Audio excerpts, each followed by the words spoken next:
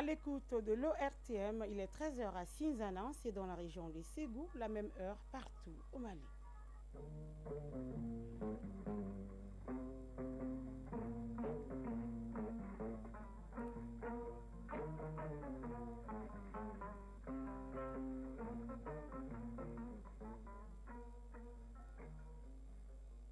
Le journal Aïssata Saliou Maïga. Mesdames et messieurs, bonjour et bienvenue aux informations. 273 auditeurs élus issus de 91 communes des régions de Sikasso, Ségou et Son renforcent leurs compétences dans la gestion financière et comptable. La session de formation permettra aux collectivités territoriales de mieux gérer les affaires. Les activités pédagogiques de l'École supérieure de journalisme et des sciences de la communication au titre de l'année académique 2024-2025 ont été lancées depuis hier ici à Bamako et la leçon inaugurale a porté sur le management d'une entreprise de communication car d'un cabinet de conseil en communication.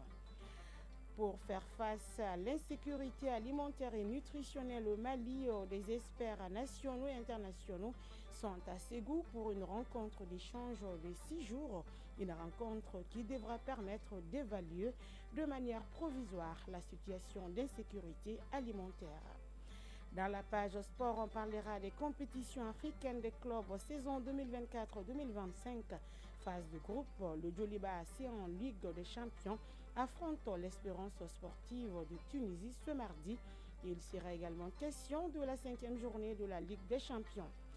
Dans la chronique Initiative citoyenne de ce mardi, Ousmane Daou nous amène à la découverte de l'association des Sœurs Unies des 300 logements sociaux de Tabakoro. Cette association s'est engagée dans le développement socio-économique avec des projets porteurs dans la transformation des produits locaux. Mesdames et messieurs, une fois de plus, bonjour et bienvenue aux informations.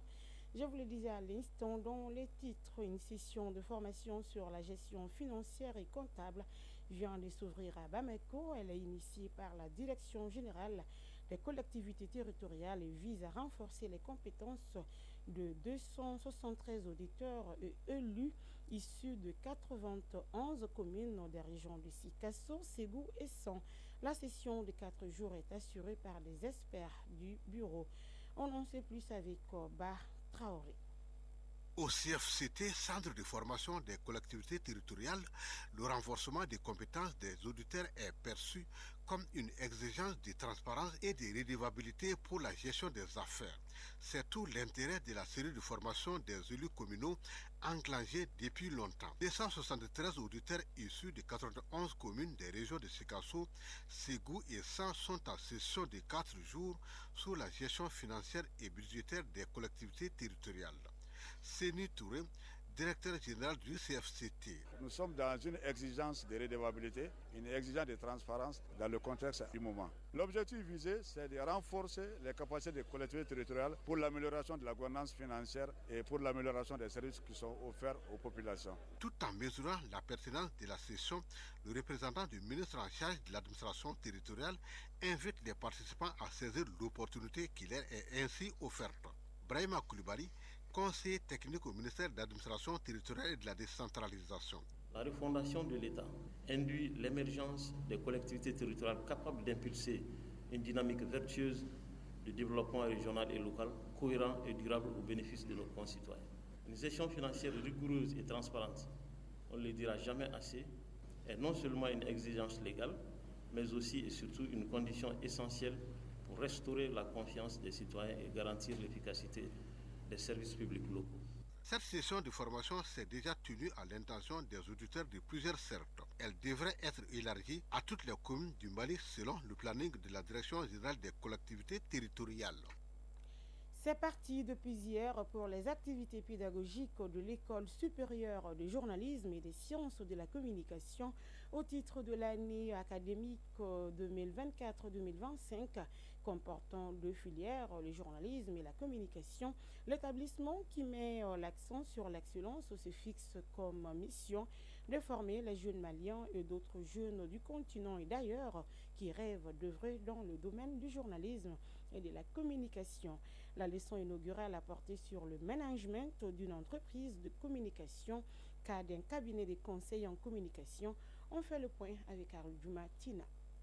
L'École supérieure de journalisme et des sciences de la communication, une année académique termine, une autre commence. Ce jour 25 novembre marque la rentrée solennelle de l'année académique 2024-2025. Ayant ouvert ses portes à Bamako il y a quelques années, l'établissement reste engagé à poursuivre l'atteinte de ses objectifs, à savoir former davantage les jeunes qui aspirent à faire carrière dans le domaine du journalisme et de la communication. Mohamed Diarra, directeur des études de l'École supérieure de journalisme et des sciences de la communication. L'année académique 2024-2025, dont la cérémonie de lancement nous réunit, a la particularité de consacrer l'opérationnalisation pleine et entière des filières journalisme et communication en formation initiale et continue, mais aussi le lancement des recrutements au titre du master en communication dont l'ouverture officielle est prévue pour le mois de janvier 2025. L'École supérieure de journalisme, des sciences et de la communication comporte deux filières, la filière journalisme et celle de la communication.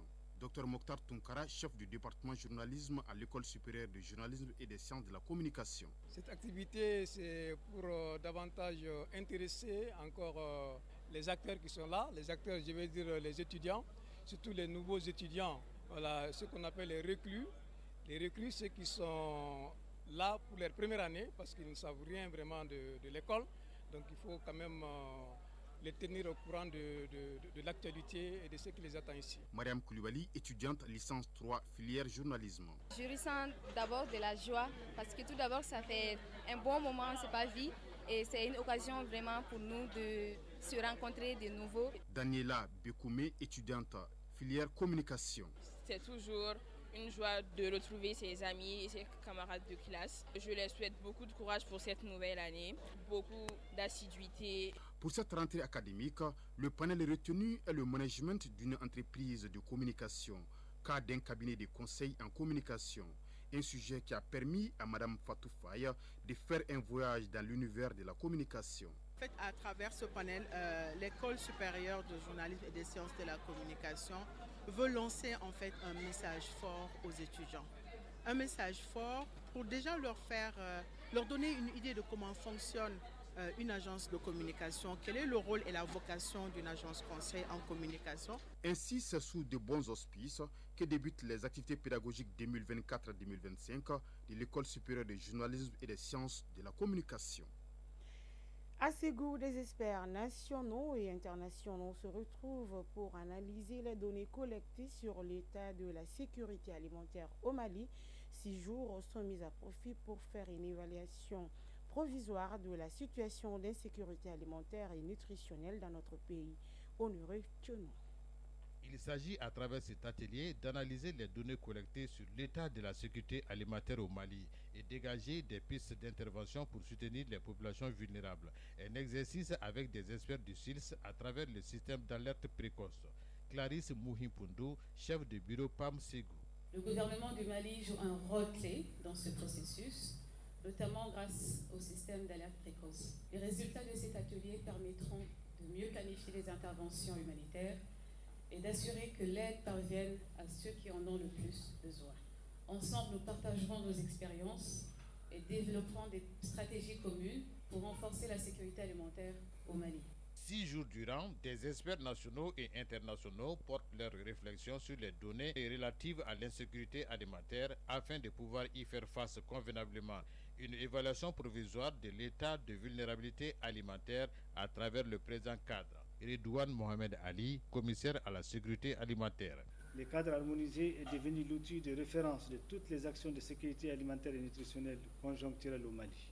C'est pourquoi les résultats de vos travaux sont vivement entendus pour permettre au gouvernement et à ses partenaires d'anticiper sur la gestion des questions de vulnérabilité alimentaire. Toutes ces informations sont préalablement passées au crible et validées au cours des différents ateliers de restitution. Au terme des travaux, des pistes d'intervention pour soutenir les populations vulnérables au titre de la campagne alimentaire et nutritionnelle 2024-2025 sont dégagées. Elles permettent une prise en charge efficace et efficiente des populations vulnérables. Ségou Honoré Bassi Traoré pour l'ORTM. La situation sécuritaire est stable sur le théâtre est de l'opération Maliko grâce aux efforts des FAMA. Dans ce théâtre qui couvre les régions de Gao, Menaka et Kidal, la population vaque normalement leur occupation, une situation rendue possible grâce à la franche collaboration entre les FDS et la population. Aujourd'hui, l'administration et les services sociaux de base s'activent à ouvrir les meilleurs services aux habitants de ces régions, particulièrement ceux de Kidal. Le reportage au QG de commandement du théâtre Est de l'opération Maliko, basé à Gao, avec nos envoyés spéciaux Bemba Sibi et Adama Kamara. Théâtre Est de l'opération Maliko. Il couvre les régions de Gao, Menaka et Kidal. Justement, les opérations de reconquête de la ville de Kidal étaient conduites depuis son commandement basé à Gao. À sa tête actuellement, le général de brigade Daouda Traoré. Il juge stable et sous contrôle la situation sécuritaire sur l'ensemble du théâtre, particulièrement Kidal où règne progressivement la quiétude et la confiance. Général de brigade Daouda Traoré, commandant du théâtre Est de l'opération Maliko. Elle est totalement sous contrôle. Malgré l'existence des poches de résistance, les FAMA mènent des opérations aéroterrestres pour pouvoir, s'agissant de la région de Kidal, et notamment le secteur 2, qui comprend Kidal, Anefif, Aguelok et Tessalit, également sous contrôle, les opérations ont permis de les repousser jusque dans leur dernier retranchement. Et pour cela, des dispositions sont toujours en cours pour pouvoir en découdre avec et assurer à la population une quiétude. Donc c'est l'occasion pour moi de remercier les plus hautes autorités militaires et politiques qui n'ont ménagé aucun effort pour mettre à notre disposition le matériel nécessaire pour le travail. Le personnel est là, le matériel est arrivé. Ensuite, il y a la formation. Et cette formation aussi est assurée. Donc ce qui justifie la montée en puissance des FAMA. Des moyens qui ont permis aux FAMA de recouvrer aujourd'hui l'ensemble du territoire malien. Sur le terrain, les FAMA poursuivent présentement les opérations de sécurisation et de stabilisation. Des opérations qui ont permis de saisir d'importants matériels de guerre. Général de brigade Daouda Traoré, commandant du théâtre Est de l'opération Maliko. Les engins, les armes et des munitions, que ce soit Menaka, Bourem, Tessalit, Aguelok. Aujourd'hui, le moral des hommes engagés sur le théâtre est au beau fixe, apprécie le général Traoré. Il se félicite également de la bonne collaboration entre les FAMA et la population. Quand vous voyez des militaires qui disent qu'ils ne veulent pas faire 2 jours en ville, ça veut dire que le moral est bon. Et ils sont déterminés à se battre, à aller jusqu'au sacrifice ultime. Quand le militaire a le moral très bon, ça veut dire qu'il y a une très bonne collaboration avec la population. Parce que le militaire travaille pour cette population. Donc, si vous travaillez pour quelqu'un et la population est satisfaite, donc il va de soi que le moral soit. Donc, la collaboration, elle est très bonne avec la population qui donne les renseignements et qui collabore parfaitement. Ensuite, il y a le niveau administratif. De janvier à maintenant, nous sommes à 64 actions civilo-militaires des 2 secteurs, le secteur 1 et le secteur 2. Ces actions civilo-militaires permettent de montrer d'abord à la population que l'armée qui est là est pour elle. La stabilisation se fait progressivement. Ça consiste à mener des actions chirurgicales sur l'ennemi. C'est ce qui justifie le retour de l'administration, le retour des services sociaux de base et la reprise des activités socio-économiques. Un processus qui à terme va favoriser le développement socio-économique, un élément nécessaire pour la pérennité du processus de paix et de réconciliation. Quelques mots de l'actualité étrangère à présent. En Égypte, au moins 17 personnes ont été portées disparues suite au naufrage d'un bateau sur la mer Rouge. 28 autres ont été secourus. Une vague soudaine et importante en pleine nuit aurait provoqué le chavirement de ce bateau. 45 passagers étaient à bord de cette embarcation, dont 31 touristes de différentes nationalités et 14 membres d'équipage. L'information a été donnée hier par le gouverneur de la mer Rouge, Amir Hanafi. En Namibie, plus d'1 million d'électeurs sont attendus ce mercredi aux urnes pour choisir leurs représentants au Parlement élire un nouveau président. Ces élections interviennent suite au décès du président de la République il y a quelques mois et remplacé provisoirement par son vice-président. Les ministres des Affaires étrangères du G7 sont réunis depuis hier en Italie. L'objectif de cette rencontre, c'est pour discuter des solutions possibles aux multiples conflits qui secouent le monde, du Moyen-Orient à Gaza, en passant par l'Ukraine. Les ministres des Affaires étrangères de l'Arabie saoudite, de l'Égypte, de la Jordanie, des Émirats arabes unis et du Qatar, accompagnés du secrétaire général de la Ligue arabe, participent à cette réunion. Au Pakistan, 4 paramilitaires ont été tués ce matin à Islamabad dans les affrontements entre les forces de sécurité et les partisans de l'ex-premier ministre Imran Khan. Cette manifestation a pour but de réclamer la libération de Imran Khan. Des rassemblements ont été interdits dans cette ville pour 2 mois depuis le début de la semaine.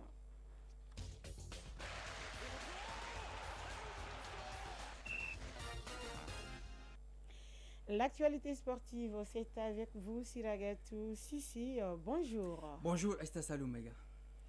Compétition africaine des clubs saison 2024-2025 phase de groupe. Ce mardi, les Djoliba AC en Ligue des Champions jouent contre l'Espérance sportive de Tunisie.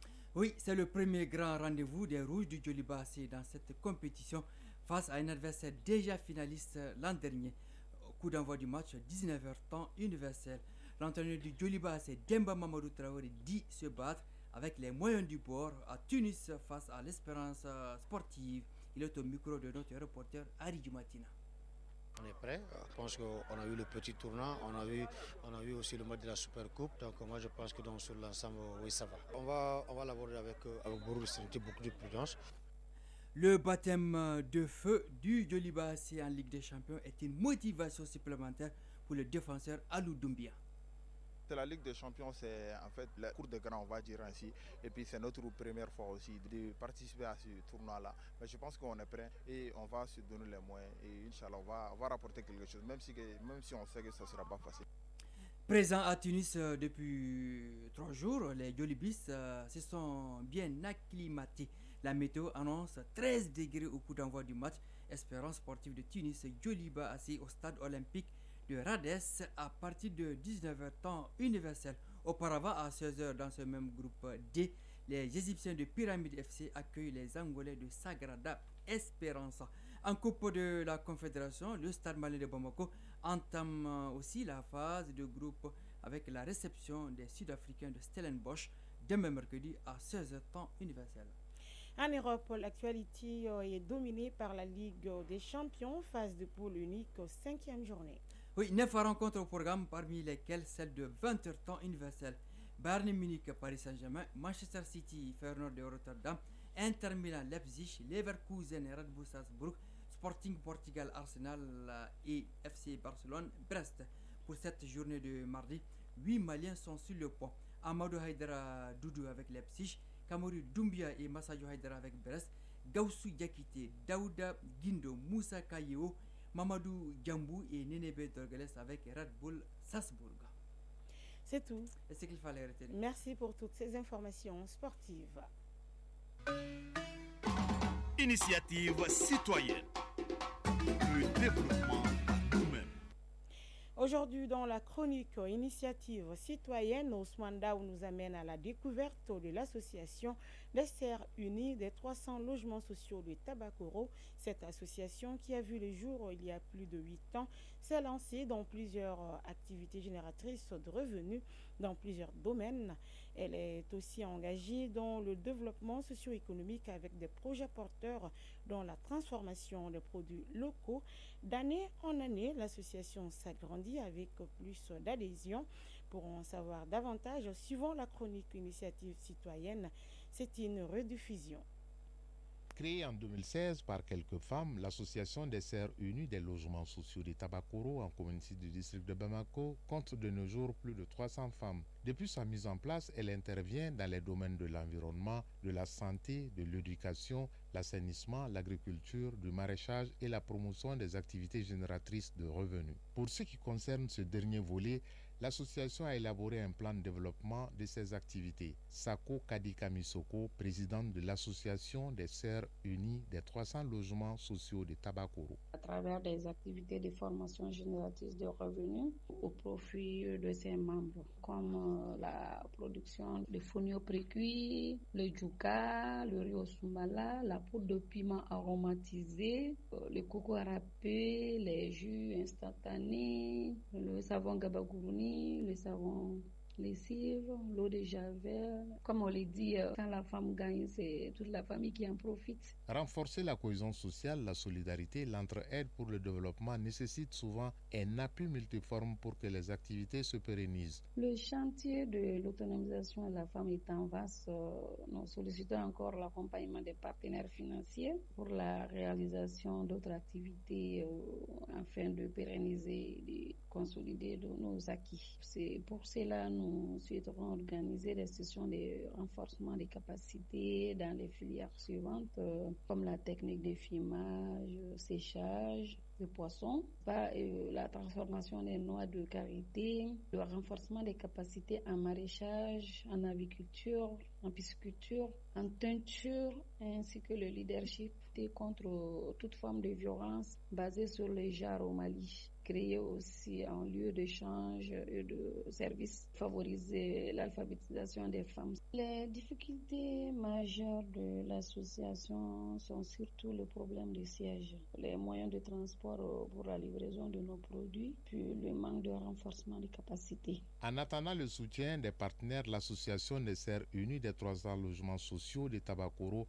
a sa stratégie pour poursuivre ses activités. Sako Kadika Misoko est la présidente de l'association. Nous faisons face à ces difficultés pour le moment grâce à des partenaires, mais davantage grâce à la résilience de nos membres et leur détermination à surmonter les obstacles des cotisations mensuelles, des subventions, des dons, des prestations de services, c'est-à-dire la vente de nos produits.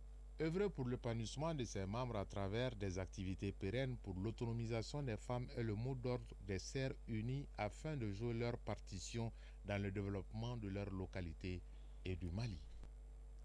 Ainsi prend fin ce journal qui vous a été présenté par Issata Saliou Maïga. Sa mise en onde a été assurée par Absi Traoré et Fousseini Sissoko. Mise en ligne Badi Touré. Réalisation Fatoumata Tangara et Kumba Sissako. Coordination Ousmane Dao. Merci d'avoir été des nôtres et à très vite sur les antennes de Radio Mali pour d'autres informations encore plus poignantes d'ici et d'ailleurs. D'ici là, prenez bien soin de vous et des autres.